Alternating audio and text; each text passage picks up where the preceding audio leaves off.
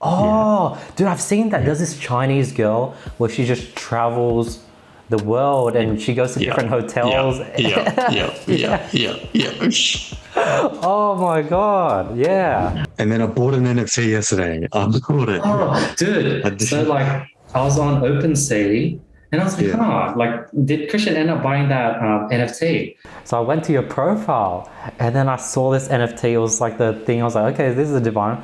And then I saw 0.299. Oh, is that okay? Should I not reveal it? But I saw 0.299. It's okay. Yeah. And I was like, damn, like Christian went big. Yeah, I did it. I did it only because. It was smart. I checked the purple hair NFTs. It's like around like zero point 0.5. Yeah. Yeah. So I see you.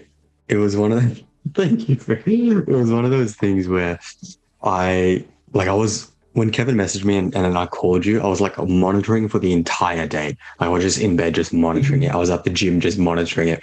And I was looking at all the different like types of it and then the prices they were going for. I was bidding for some of them, but I wasn't getting anything. Even on the bids, I was the highest bidder, but I wouldn't get anything. So one of the purple haired ones that I might have showed you, I was the highest bidder, but They didn't accept it. yeah, they didn't accept it, right? And the buy now price at that time before the auction ended was like 0.28 and I bid 0.19 or 0.25, I bid 0.19. And then after the auction finished, they put it up for sale again at 0.35 because they knew that there was demand there for it. So it was just a because I'm monitoring so many different places. I'm seeing like the one that I got because it was a bit unique, like the face scar and everything, face scar and then the back, whatever, right? So like, you know how you look at those properties. So all the ones that are like that were going for a lot higher, like 0.3 something. So I'm like, my budget was 0.3, maximum 0.3. I'm not going to go any higher than 0.3. It's the first one. I saw a 0.299. I'm like, I'm not going to f around anymore. I'm sick of the gas fees, etc. I'm just going to do it. I paid because my first one, right? I wasted a lot of money in gas fees, like exchanging more. I started it with like 0.19 WETH and added more WETH. And I'm like, screw it, I'll just buy it outright at ETH, right? And it was just like, oh, like gas fee. So I was like, screw it, I'm done. So I have one now. It's the Gas. The gas for me to transfer from WETH back to ETH. I got lucky. I only had to pay $30 gas. And then the gas for buying the actual NFT was like 100 and something. Like it was a lot of money. Yeah, it was a lot of money. That's good. You finally pulled the trigger though. Yeah, just pull the trigger. I'm like, don't want to think about it anymore. That's so sick. Done. So it's like, I have one and I'm just going to wait until this project like slowly, picks up a little bit more. Because at the moment, I know that I could sell it for 0.35. I'm getting offers at 0.18, like they're going up. Like someone, you know how they lowball? Like I was one of those guys where they're lowballing. People are lowballing me, but it's okay. I'll hold it for a while and just see what happens. I don't see a point in selling it straight away. You know what I mean? Like I generally don't see a point, but yeah, first NFT is done. I can't believe it. We started talking about it ages ago and we've really manifested it. You know what I mean? And the good thing is like the NFT market's on an uptrend. It's like I've been looking at the stats. It's on an uptrend.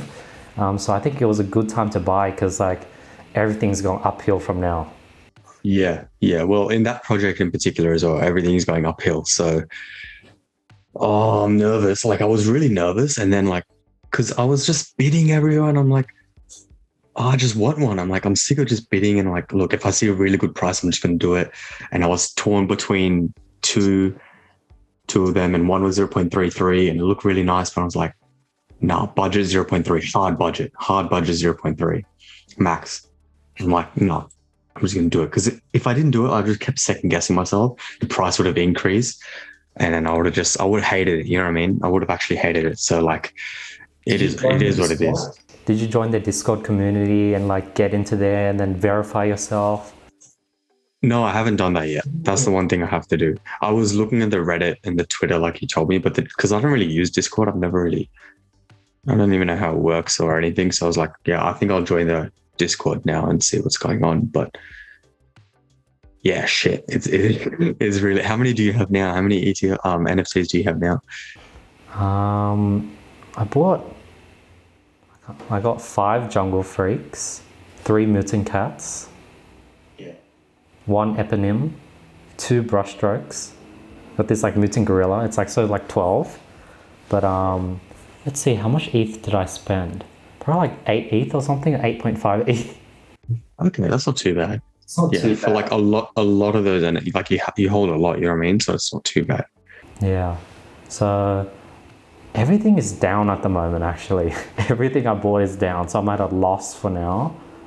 But I'm pretty confident on like the projects I've picked. And like things are sort of like coming up break even already. And I'm pretty confident that these projects will like, I don't know, if I just don't sell and I don't buckle, I think it should do okay. Yeah, 100%. Just hold on to it for ages. Yeah. Just hold on to it for ages. I always get in at the top and it dies down, but I've always learned that if I like didn't pull the trigger a few months ago, I would have none of the knowledge I have now. And like, even if I don't even think I'm going to lose money, but even if I do lose a bit of money, the knowledge and head start is so worth it. Exactly. You know what I mean? So it's like, just push through. Like, you just got to push through. How's everything else been, Krishn? So you're no longer working. I don't even know if the audience knows that Krishn is now on holiday for the next, how long? How long is your holiday, Krishn? Yeah, so it's been two to 3 weeks. We're going into the 3rd week. I'm on holiday. So I have until February 7, 14, until I'm finally... That's like 3 months. Oh, no. Yeah. 3 months. Like, 3 months in total. So soon to go back eventually. But at the moment, I'm so happy I took it. I'm so happy I took this break. Work is getting a little bit, and then it was dragging on. There's no point. So I took myself, I'm getting a break. I'm getting a nice break. So have to try and plan this overseas trip. I have to try and plan this overseas trip in Jan. But I don't know where I want to go because I just went to Japan. Yeah. Do you know what I mean? So I just went to Japan and I'm like, I really want to go back, but I'm like, the world is so big and I haven't seen a lot. And I'm like, I want to go somewhere. So I think I'll spend like a few days in Singapore and then I'll use that as a transit and I'll like fly somewhere after that. But I don't know. Like, where would you go? Like you said you want to go US, right? I'm thinking about going to Chile. See, I'm thinking about going Peru. Yeah, Like, because I saw Chile there was is a like one-way flight to Chile. I actually wanted to go Japan and Europe, but then I just realized everything north above the equator is just cold now. Yeah. So I don't want to go to a cold place. I don't know why. I just don't want to. So I'm just looking at places below the equator. There's like Asia, Singapore, Philippines, there's New Zealand, Chile, Africa. Probably won't go Africa in this given circumstance at the moment. Yeah, Things are pretty not yet. red hot unless I get to a point where I'm like so burnt out. I'm like, let's like do something crazy and, and let's go Africa. You know what? Because of, how I've seen you go about your travels and everything, I'm usually like a very like on the dot planner in terms of I'm very sequential in the planning, but I'm kind of just taking it as it goes because I haven't been doing much research into where I'd like to go. But like I said, might just book like a one-way flight somewhere and just see where it lands me, or a return. Let's just say I'll buy a return or like a round trip and just see what happens. But yeah, I want to go Peru. But because I want to do Machu Picchu. But it's the wet season there at the moment. So I think, doing that trek in the mud is going to be a little bit of a pain. And it's just like, So I wouldn't mind Chile, eh? Chile sounds pretty sick. But that's the same because I was thinking, do I want to do something different or like a just quick holiday? Like, do I want to go Singapore and Thailand or do I want to like just drop everything and just like bloody try different places? Dubai, where else is there? Like maybe Europe, somewhere else in Europe. I don't know. Like Europe expensive as hell though. Expensive as hell. But much is full send. But yeah, until Feb, I'm going to a gym. Like I'm starting a good gym routine again. Health is wealth, trying to eat healthy. And then, well, yeah, one of the, like, because I made it like a to-do list, right? So one of them was like research into NFTs and buy one. So like, I was like, so gym going and I have to go overseas, going to try and maybe do different things, but try and grow my money. Oh, well, the barista course, something else I wanted to do. So I've ticked it off quite early and I'm kind of like, I'm leaving a lot of time for myself. So I need to all of Jen. But yeah, like I don't know. I don't know. Thinking maybe South Africa, but South Africa's got a lot of issues. Yeah, I really want to do Yeah, it's South really Africa. weird. I really want to do South Yeah. Africa, Madagascar. I was thinking about going Tanzania, and like there's these tribes called the Hadza tribes. They hunt for food. They're like freaking actual tribe people, and they have programs where they like if you want to donate money, they come and then they'll show you the place. But the only thing is like there's no signal, no internet. I get a bit of anxiety like if I'm like out of service for like 2 weeks. Like, what happens if I come back home and like have like 50 refunds or something?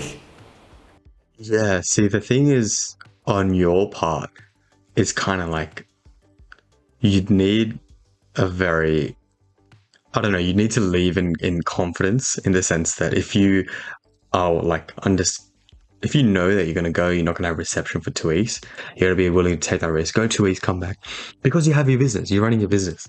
Do you know what I mean? So it's kind of like, oh, what happens in 2 weeks? You come back and it's like small fire. Like, you know how like at the moment, small fire quickly burn it out, wash it out. You come back, what if there's like 20 small ones and a big one? You know what I mean? So it's like, yeah, I know what you mean. Like, I would be anxious, but for me, I'd do it. I'm reading what the Hadza tried now. So wow, the women and children going try and collect food, I heard berries stories and stuff. about there's this guy named David Choe. He's like this Asian Korean that's like traveled the world, pretty cool guy. But was talking about how he was living with the Hadza tribes, and there was a day while they were hunting like gorillas or apes or something, and they hunted this ape, and like the ape was like, you know, it was running, it was trying to get away from these humans, and the dogs were biting it, and the ape was like, get off me, like trying to push all the dogs off it, so it was like a real human. Like it looked like they were hunting like a human, but with like fur all over it. And like that's just gnarly thinking about that. It's like all these places is untouched, right? It's like no one, like these places are free from society. They are like truly free. Dude, for It'd be some kind of reason, interesting. I crave those experiences of like going to like the Amazon forest and getting captured by tribal people and getting stuck in these like freaking these bamboo sort of cages, and someone trying to finesse my way out and come back Australia to share the story. Oh gosh. At least now we know you have a kidnapping fetish. You're like Yeah. willing to just get kidnapped. What is your problem? Why would anyone? You know what? I know what you kind of mean because it's like one of those, it's like a movie. It's almost like a movie. Like you're literally living in your own movie where you just get kidnapped and then just come out the other side essentially to live the tale. But at the same time, like, unlike movies, it's very, very real and you I don't want to do very, it Taken very, style. For some reason, like getting taken in the forest seems much more cooler than getting taken hostage by like drug dealers and getting sex trafficked. Like that's scary. Like I don't want to go near that. yeah, that's genuinely like Yeah. okay, that's another level. Which see, look, I'm looking on. I went on Google on like top places to visit in January. Tanzania, No way. Oh yeah, Tanzania. wow. Just full send because I was thinking I was cool, thinking yeah. Vietnam, but I don't know how the situation is in Vietnam at the moment. Like Yeah. it's not looking great there either. But yeah, like how's things on your end? It's been a long time since we've been able to chat one on one. From my end, yeah, just I'm now a barista. I now own an NFT. Would you would you make that your DP, display profile photo? Oh, I did think about it. If it pops off, if it becomes like top 50, do it. It is top 50 right now. No way. Wow. And that means you've picked It's a good 6. project. What? Damn. It's 6. Oh, it's over the last 7 days though. So like if we got last 30 days, yeah, it's not there at all. You know what I mean? So it's like over the last 7 days. So hopefully it keeps some traction. But yeah, I wouldn't mind changing my profile. I did think about it. Why not? Just I'll do it on Discord. I don't care about Discord, you know what I mean? But like I don't use Discord, but yeah, I think I would change it. But I don't know. I don't know what else is on my to-do list other than I'm investing a lot more. I might need to buy some more ETH now because I think I've nearly exhausted all my ETH. Dude, I'm out of it's too ETH. high. I'm so sad. I can't buy any more NFTs. Like I just have to wait for something to sell, but like the market's like slow, so I'm just waiting for me to even break even so I could sell something to get more ETH to buy more NFTs. Yeah, the thing is, like, I'd buy more, but it's just quite The price is quite high at the moment. so expensive now. It's high, and it's also like stabilized. It hasn't shown any signs of cracking the 5K, because like it cracked 4 for a while, and then it cracked 4.5. But it's been sort of like stabling around there. So like, I don't know what to do in terms of trying to just crack it from there. But yeah, like, is there anything? What's new with you? It's been a while. What are your plans coming towards the end of the year as well? Is there anything that you're looking to change? I saw a YouTube video actually of yours. Yes, the other day I didn't even get to tell you, where people can add their courses onto studying.com now.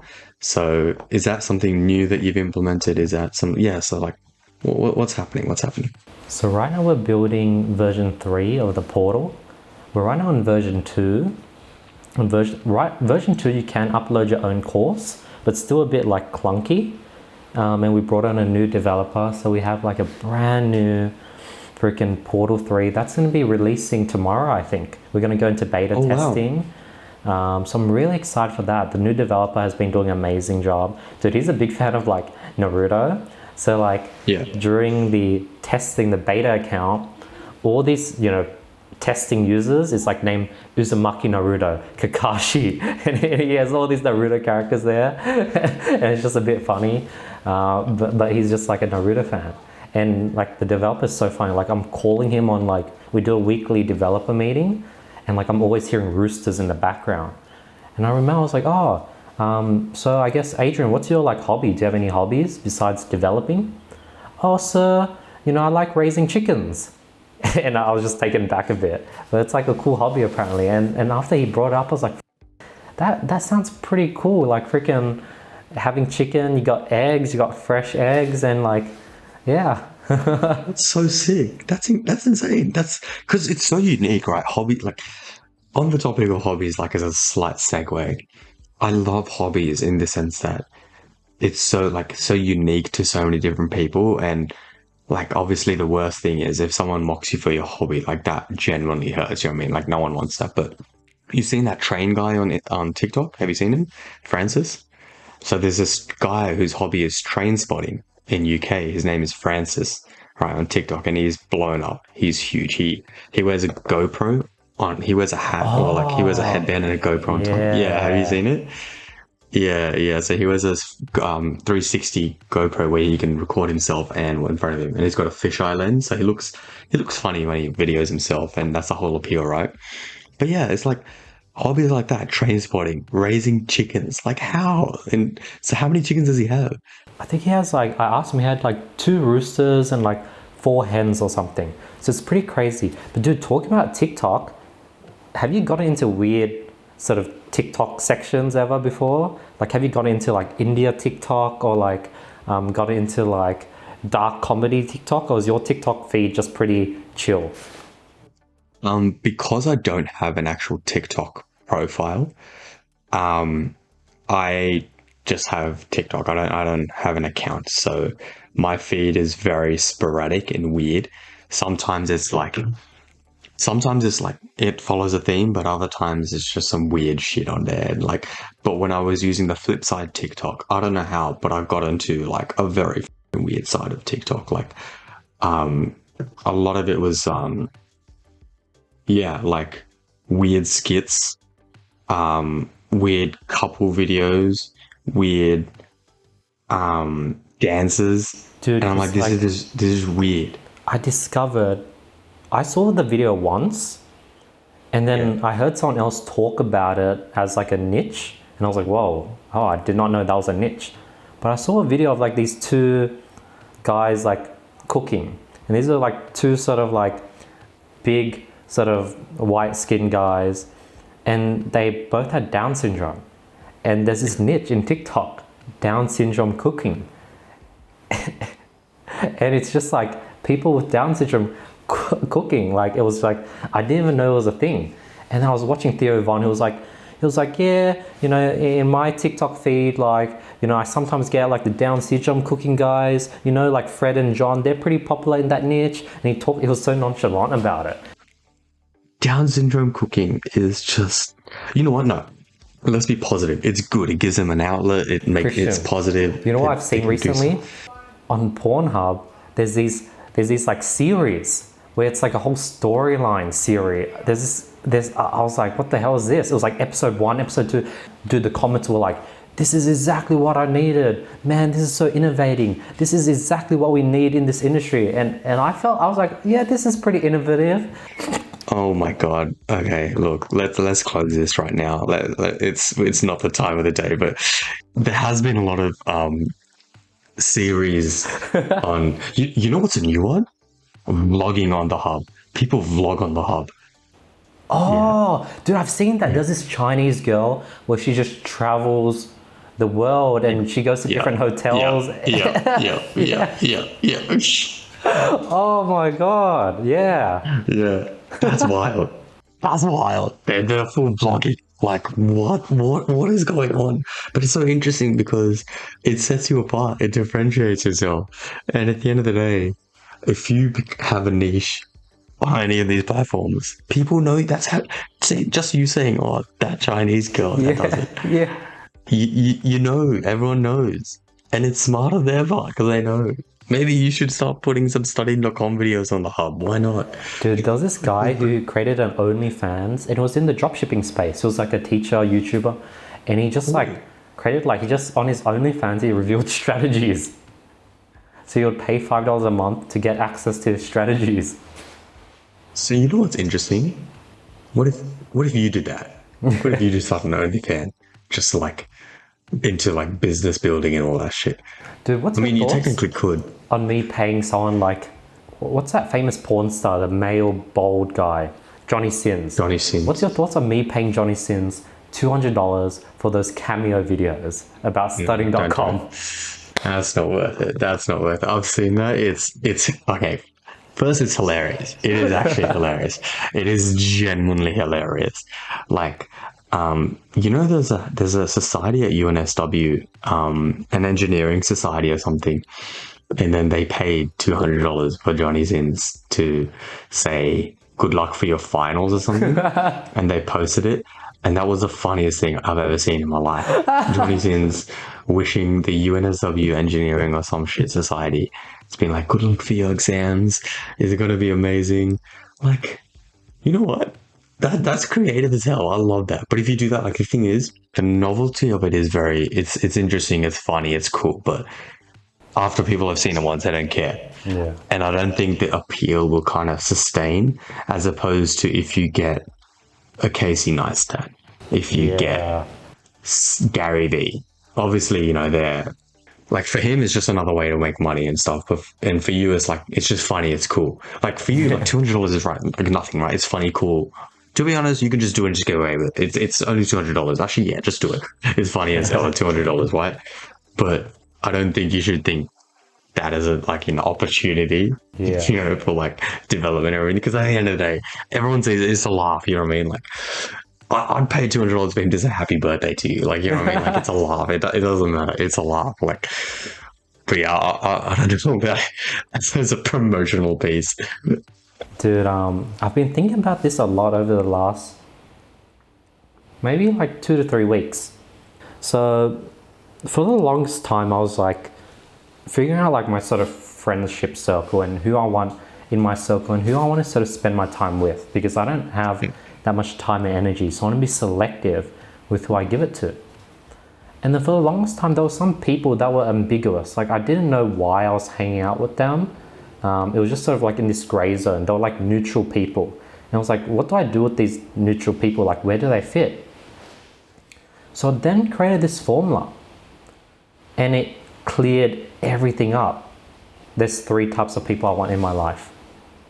1, people who I'm interested in, people who sort of give me value, people who I can learn from, and sort of people that just I learn a lot from, people I'm interested in.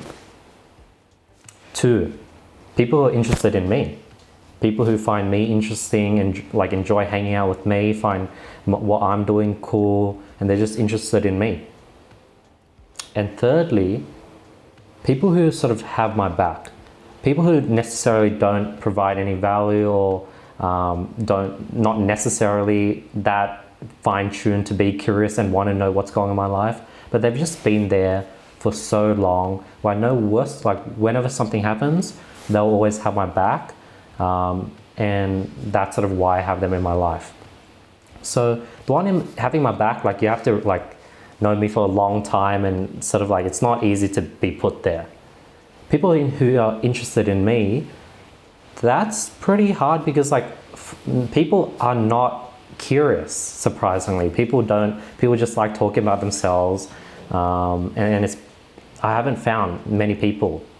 And the third one, people that I find interesting, that's also a pretty hard category because knowing, like I can sort of peel all the layers of the onion in like a 45-minute podcast.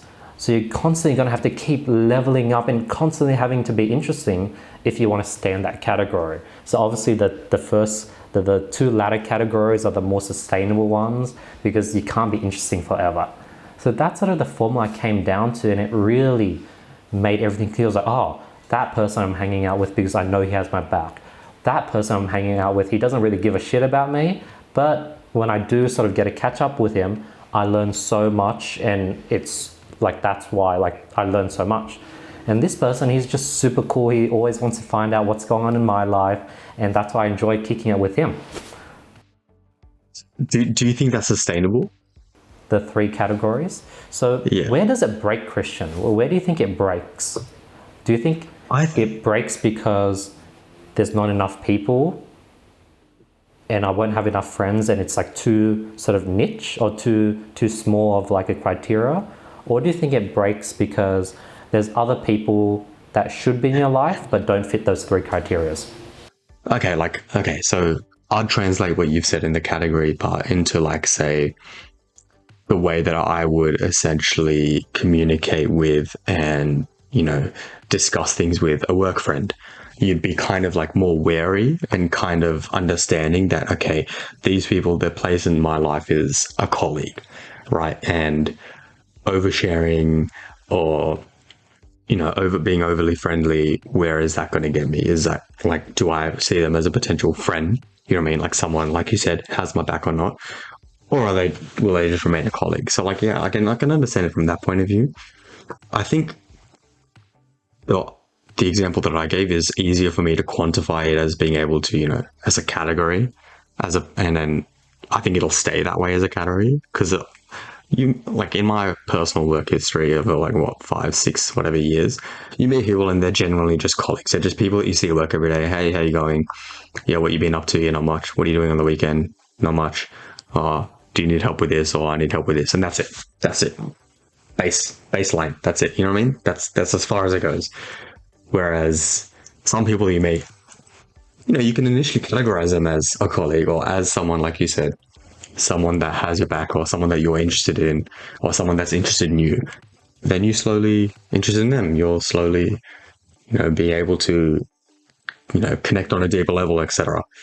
And as a result, that's when I think it breaks. I think it breaks depending on if you are mentally saying to yourself, if you have that sort of, let's say, a mental block in yourself where, okay, I have these three categories and I don't want people to be jumping from category A to B to C. They can jump. They just have to be in either of the three. In either category. Okay, so like that's fine then. You know what I mean? So if you're like, let's say like, if I were to break it down, because it sounds a bit too like I don't know if the word seems a bit like weird. I think another way I could say is, Christian, would you want to give your time and energy to someone who doesn't have your back, who isn't interested in you, and you don't find interesting? Absolutely no chance. Absolutely no chance. Even if someone I found interesting, for me personally, if I didn't find someone interesting, or like if someone didn't find me interesting at all, but I just found them interesting and they just don't give a shit about me, I won't give them time. Like, there's no point. I'm not going to bother giving to anyone that time of day. You know what I mean? And look, there's people that like that. You know what I mean? There's people everywhere in everyone's lives. You have people that literally you're not going to get along with them. What's the point? You know what I mean? So I think, again, now that you've broken it down, it does make sense. However, I think you should really have a fine line in between them in terms of like not delving too much into thinking of this person as like, you know, when they're talking to you, look at them and like, you're a category A or B, you know what I mean? As opposed, like, obviously mentally, yeah, but I know what you mean. Like, At the end of the day, no one wants to spend time with someone who doesn't give a about them. Like that's just wasted energy, wasted effort all time, all year round, every single time. Like I know what you mean. There's some people that you just meet up with because they're in a wider friend circle. Why? You know what I mean, it's like they're just there. But if you're able to block that out, Dude, you're doing better than me. So I was at a party recently, and then I came up with this pretty good answer to this question. This person was like, "Oh, so how come you don't drink? Or why are you sober?" Yeah. And then I don't know, we were just vibing, and I was like, I don't know, like I think when I used to drink, like I didn't like the taste of alcohol, but the reason why I would drink is because everyone else was drinking. I wanted to fit in. I didn't want to be the odd one out. So that was the reason why I was drinking. And looking back at it, that's not really a good reason to drink. And that's sort of why I'm sober now. Wait, so your answer is you're just not fussed anymore, essentially, is that it? My answer is, so the only reason why I used to drink was one, I don't like the taste of alcohol. I didn't really get like a buzz out of it. Like I got like, I guess you're more loose, you're more tired, you don't give a fuck. But like the reason why I would drink is because everyone else is drinking. I didn't want to be the odd person out. If everyone else is drinking, you have to drink. If all your mates are drinking, you have to drink. And looking back, that's not really a good reason to drink. And as a result, I stopped drinking. Yeah. You're just essentially just getting yourself out of that situation. There's no point, you know what I mean? Yeah, if it makes you like, if you're honestly just doing it just because everyone else is doing it, then you're the bigger person for being able to, have some individuality and stay true to yourself and be like, yeah, look, I just don't like it. There's just no point. Because I know like one or two people that are like that as well. But because I'm thinking, no point. Out of like the 99% of people that drink, how many of them actually like the taste of alcohol? I'd say it's like an acquired taste, depending on what you drink all the time. If you're always getting the same drinks and it's just always going to be the same shit, you know what I mean? It's just going to be trash. But I remember I gave you a drink and then you taste it and you're like, oh, this is fine. It doesn't taste like alcohol at all. But again, it depends on what it is because some drinks are just trash. I know what you mean. Like sometimes I'm just like drinking just because someone else is, or like a particular one. I'm just like, I don't like this at all. But that's the whole stigma. I feel like it's more so around beers. Like some people just drink it just because everyone else is. But like really they don't like it. But I think everyone's slowly, in my friend group anyway, slowly leaving that sort of that, let's call it jail cell in terms of they feel constricted by only having to drink beers. But yeah, it's fair enough. What's the point? Why would you want to do that to yourself? And what did the person say to you? They're just like, oh yeah, fair enough. They're like, oh yeah, that makes sense. But I'm pretty sure she was like on like M or something. She was like really, really friendly. Oh, dude, that's another thing. Like the law of attraction is so crazy. Like I was just like, dude, I went to like 2 parties and it was like those parties where everyone's just like on drugs, everyone's like freaking doing, everyone's on M. I'm like, huh. I feel like doing some M at like a rave or something, or like at a party. It's just weird how that's how law of attraction works. Like when you're around it, you just start thinking about doing it for some reason. I know what you mean. Like you can be in a situation or a party where everyone's doing around you, and you're like, oh, a little bit won't hurt. That's where peer pressure starts. That's what we taught in. Remember, you get taught in primary school. This shit, like you watch those. Remember those really old videos that like.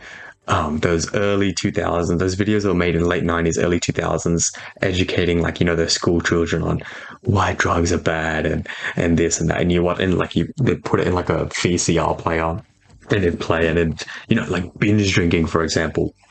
You go to a party, you just drink so much in one night just because everyone else is drinking, or just because someone hands you a drink, you feel like you have to drink, right? And it's like that with drugs where at the end of the day, you don't know what it is. I think in some of those parties, I'd be scared if everyone's on it and someone's pressuring you, say in an instance, someone's just pressuring you, oh, have it, egg you on, and you keep saying no, what if you get spiked? The end of story. Yeah. It's weird, like in the situation I'm in, since like everyone's like adults, like everyone's in their late 20s, so no one's saying anything. No one's pressuring, like it's just so chill in those situations. it's weird. You just find yourself just gravitating towards it. But if I hung out with like people my age, everyone's drinking, everyone's getting smashed, like it's so easy to say no. Even they're like, hey, drink, it's so easy to say. But when no one's saying anything and everyone's just doing their own thing, it's like, oh wow. But then yeah, like it's crazy how I think one, reverse psychology, and two, how law of attraction works. Like you just hang out with certain people and all of a sudden you're sort of doing what they're doing without even knowing it. Yeah. And then as a result, all sense of individuality out the window. I was thinking about it actually recently. When do you think the age for people, because we're 23, 22 now, right? So I was just talking about it with a friend, and we're in the city for a friend's birthday, and I like to be home by a certain time because I'm a homebody. I enjoy being home. But every now and then, why not? You know, it's a friend's birthday. We'll go. Like you said, you went to the party because friend's birthday, you went, right? So when we're in the city, and he goes, when do you think this is going to stop? And I'm like, what are you talking about? He goes, when do you think we'll stop going out like we're 18 and just go out, get mad drunk or go to a bar and stuff, waste so much money, you know, doing rounds. Oh, you get the next round, I'll get the next round. And then finishing up at like 1 a.m. and stuff and then going home. Because I was in a bigger group that night because it was a high school friend's birthday. And going home, because there was like 6 of us, we'd all just rather go home together. Usually I just get like a cab or an Uber home and just whatever, right? Because I've had a few to drink, so I wouldn't drive. But because there were 6 of us, we called the Night Rider, and I despise the Night Rider. So the Night Rider is a bus that you catch after all the trains are finished. It's like 2 a.m. You catch a bus and it goes home, right? I despise it. I hate it. There's not one thing I like about the Night Rider. And I thought about like when do I think it's? I don't know. I don't know. But the thing is, we used to do it a lot more when we were younger. In my point of view, anyway, we used to do it a lot when we were younger, like 18. And it has slowed down a lot. Now it's like once every few months for someone's birthday. Like, yeah, screw it. A lot of my friends are just working now. But I'm like, when will it actually stop? When will it like stop going into like, oh yeah, let's go to a bar and like everyone's there and so much money and so when will it just become like not that? It's weird, eh? Like I think from your point of view as well, you know friends that still do it, right? Yeah, I think my hypothesis is it stops when you find out what you like and what you want. Because I know that's not what I know. I don't want to do that, so I don't do that. Because I've sort of really know what I want. I know who I am and what I enjoy doing, and I think that's sort of when it stops. Now, there are situations where, like let's say take it back a year or two ago, the reason why I would do it was because I didn't want to say no. It was someone's birthday, so you have to do it because it's someone's birthday. Yeah.